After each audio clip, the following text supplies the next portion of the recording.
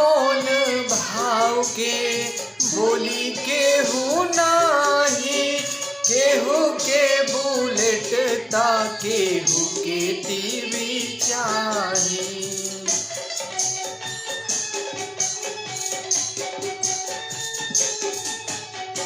बिना मोल भाव के बोली केहू नाही, केहू के बुलेट ता केहू के टीवी चाही।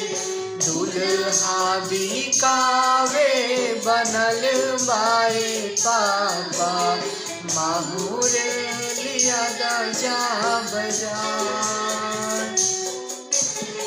दुल्हा बिकावे बनल बाए पापा, माहुर लिया जा बाजार।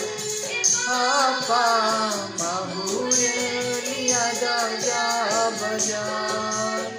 पापा माहुर लिया जा